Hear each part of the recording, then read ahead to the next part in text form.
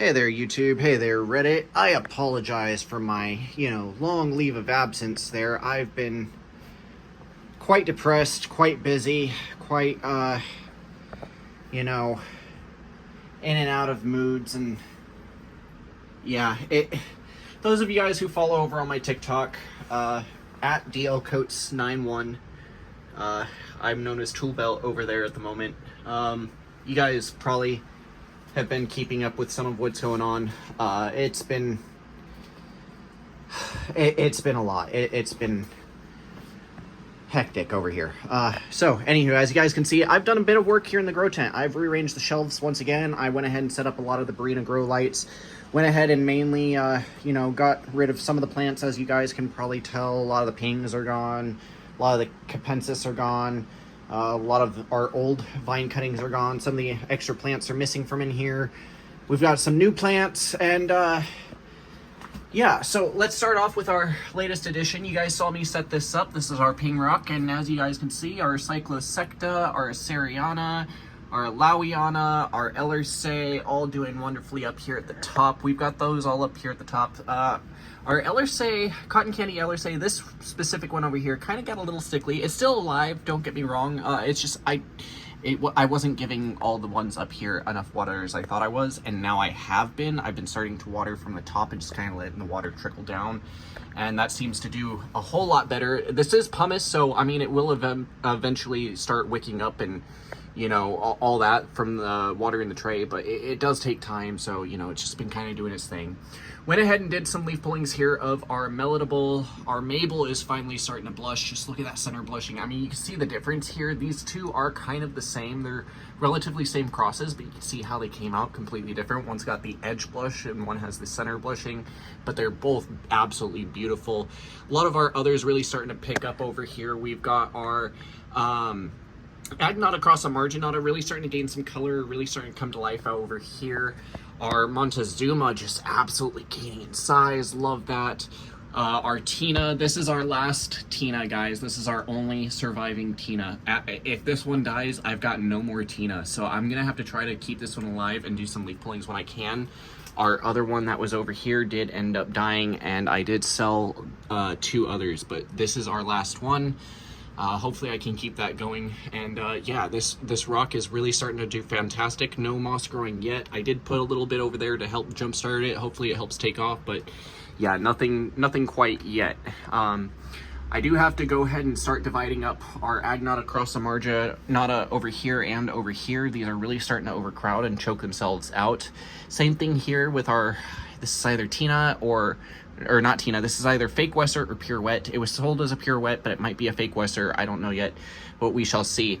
Now, when I was dividing when I was pulling out some of the moss, I did find out that our 3 little hibernacula over here did kind of divide. These are finally starting to wake up. Those ones were the slowest ones. As you can see, a lot of these other ones, like our Snow Angel, our Seriana over here, our, Bebop Lollipop, our Lilac Lollipop, our Cotton Candy Ellersay, all those are doing fine. This one just stayed asleep because it was starting to get choked out by moss, but turns out, well, it had a little baby. So you can see there's one right there, and then the 2 over there. And then I did do some pullings here of our Melodable. I do eventually plan to do some of Mabel, but I did some of the Melodable for now, and those seem to be doing relatively nicely so far. Just the little 3. So we've got a total, 4 I should say, because we got the other one over there. So we've got a total of about 7 little plantlets that I'm starting. Hopefully those take off. 3 were natural, 3 were pulling, so yeah, anywho, that's going nicely. You can see our little planter over here looking just beautiful in general. I went ahead and added a little turtle that my mom got me from Puerto Rico, and I think that honestly just adds for the completeness of this one down here. When you compare it to like the rocks, I just think the little planter looks so much better with the turtle, so much more artistic. Anywho, moving on, our Gymnomphora. I am so happy about this one, guys. Look at this. We've got a basil off our Gymnomphora to Lackmau here, and honestly, this thing has just been, it has been wonderful for me. It's been a little finicky here and there, and I've had a couple problems with it here and there, but other than that, it's just been absolutely beautiful for me. it's just done amazingly, and honestly, I love this one. I'm glad I've managed to keep it alive so far enough to get a basil off of it. That's so exciting. Anywho, moving on. Our Ventricosa still giving me issues. I still cannot seem to find a good spot for this one, but hopefully now, who knows, who knows. Our Bloody Mary, aka Lady Luck. Just look how big this thing is starting to grow. I'm so glad this one came up to health, and just look how beautiful it's starting to get. Just absolutely love that coloration. Nice deep red pitchers, beautiful, beautiful olive green leaves. Just look how big that's getting. Nice sized leaf jumps, just so stunning. One of our newest addition, guys, Saint Gaia, and just look at this. Okay, so I got this, and it was kind of a little sad looking. I mean, it was bad during shipping. That's all it was. But just, guys, this thing has just been jumping and jumping and jumping in size since I got it, and I haven't even had this thing that long, and it has just thrived and thrived, and just this thing just won't stop growing in size, and it's just done fantastically. Spectabulous cross-talengensis, this beautiful candid parastome pitchers that are ribbed and fanged, and just the speckled painted bodies. It is, lovely. It's absolutely lovely. I just love the look of that thing. And it did come with a little hitchhiker. I believe that is Drosera angelica. I'm not 100% certain yet. It is still a little on the smaller side, but this one really does look like Angelica, guys. I'm pretty sure that's Angelica, and I'm pretty sure that's it. It could just be because the leaf is kind of covering it a little bit partially, but that could be an Alba Angelica if it is. But who knows? We'll see if it gains size, and if it does, if it gains some color. Glabrata! Just absolutely love this little thing, and I'm so glad I finally picked it up. This thing just does not stop picturing, and just I love the little look of this thing. It is just, it's like a little newspaper tree almost, the way it kind of grows from that weird stem kind of thing. It's not even a stem, it's just leaf after leaf after leaf, and it's just absolutely beautiful, and it just pictures nonstop, and it has just thrived so well. I have had absolutely no issues with this one. Maybe the random little deformed pitcher here or there, but that's normal, plants do that. Moving on to our Glandula Flora. This thing has just finally started getting some nice pitchers in. I mean, you can see we've got another pitcher finally open up. This thing is so slow, but just look how long it took for this one pitcher to finally grow and open, and it's just now starting to get its coloration in. Same thing with this one, and then look at this. Okay, so I found out this is Drosera, what was it? It's not Tokyensis. It's not Speculata, and it's not Rotundifolia. This is Drosera Aliciae. That's right.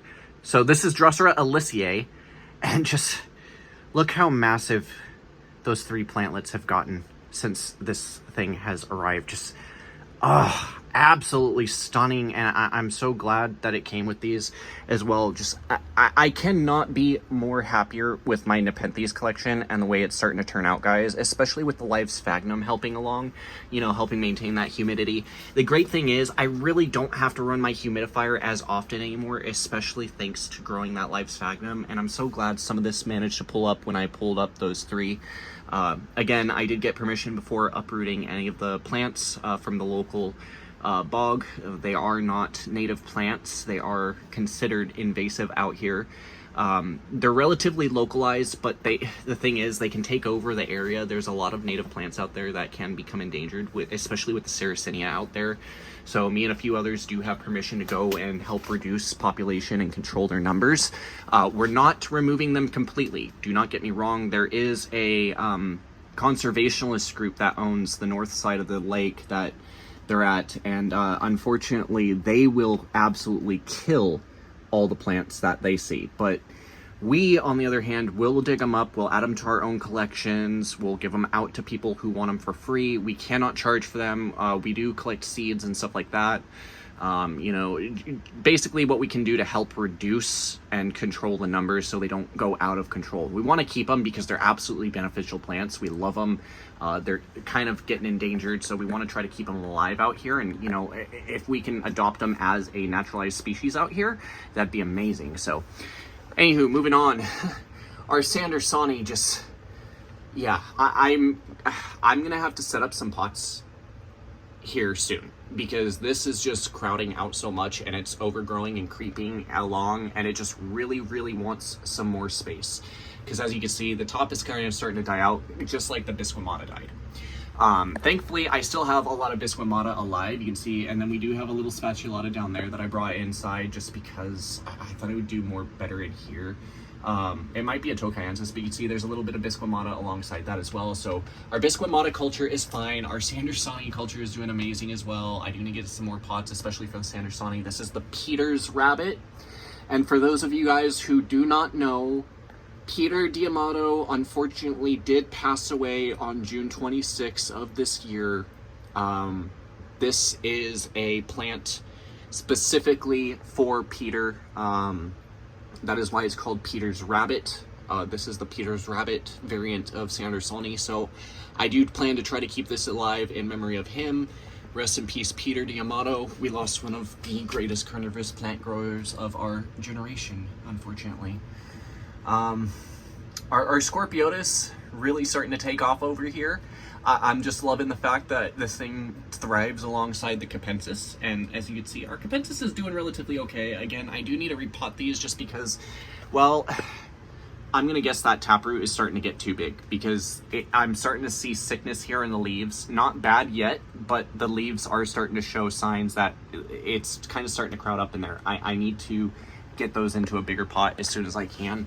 So I need to go out and get some more pots. I will do so most likely this sometime this weekend, or probably Friday, honestly, or next Friday, I should say.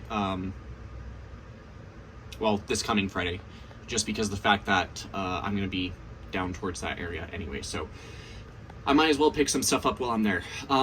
So anywho, yeah, that's pretty much most of the plants. Now, I have been doing these live sphagnum cultures, and these are really starting to take off. I'm just waiting for the heads to kind of start chubbing up and growing all big like this, though. That's what we really want. We want to see these big clustering heads start to form. Kind of want this stuff to grow out. It's kind of still thin and scraggly. It's going to grow out a little bit, but then I'm going to kind of pack it back down, and then I'm going to let it pack back up, and then pack it back down.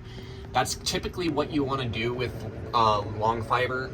Just because you don't want it to grow all too thin and strangly like that, because, you know, eventually it's going to kind of bulk up and, you know, bunch up and mat out, and that's what you really want it to do. You know, you want to get those big, thriving, longer heads, and I want to create better samples, better cultures when I sell this tray off. So, yeah, anywho.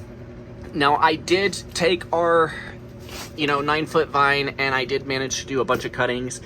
Now, where I had the kinks in our vine, I did have to toss those twos, just because of the fact that they would have, I don't know how I would have grown those, honestly. They were too bent. I probably could have gone single nodes on those, but I opted to, like I said, toss them just because I'm not used to single nodes yet. Now, as you can see, I do really good with double nodes, no issue. And, the amazing thing with the double nodes is they grow into medium-sized plants, and a lot of people seem to love the more medium-sized plants, especially since, when this stalk kind of browns out and you get the leaf growth off the top like that, and it really starts to, take on its pitchers and stuff like that, it looks a whole lot better, in my opinion, having the two-node method like that. And it tends to draw more eyes, and a lot of people really love it because it comes out like a little tree and stalk, and it looks so much better, especially with the ventrata, because you'll get these little lovely pitchers and stuff like this that come off the ends, and these lovely banana-like leaves, and just off that short little stalk. It just honestly looks so much better, I think. So I tend to do better with them like that. And so, as you guys can see, I got 15 strikes total. I did toss the crown mainly because, well, we still have our crown from the last one, and, well, obviously with this thing starting to encroach 4 feet, I do not need that anytime soon, especially with this pot over here. And then, as you guys will see here in a little while, I do have another pot outside. So yeah, that's pretty much it. This bin down here that you guys have probably saw, but I didn't point out, this is just a moss bin. and Utricularia. This is just for random moss types. You can see it's just going to be a random moss bucket. I'll probably pull in culture stuff out of there too. You can see there's a little bit of Utricularia bisquamata in there. That bisquamata has I swear the spores from that blew everywhere. The Sandersoni not as much. I was hoping the Sandersoni would spread more, but the bisquamata just got everywhere. Like even over here, it's even in here with my gymnamphora. But you know, that's fine. I don't mind that. They're like little you know, little fairy flowers, little tiny orchids. I don't mind that. They help aerate the soil, so it's no issue. But yeah, anywho, that's pretty much it for the grow tent update. Thank you all for watching, and I will be right back with the outdoor bog update here in a little bit. So catch you then, and peace out.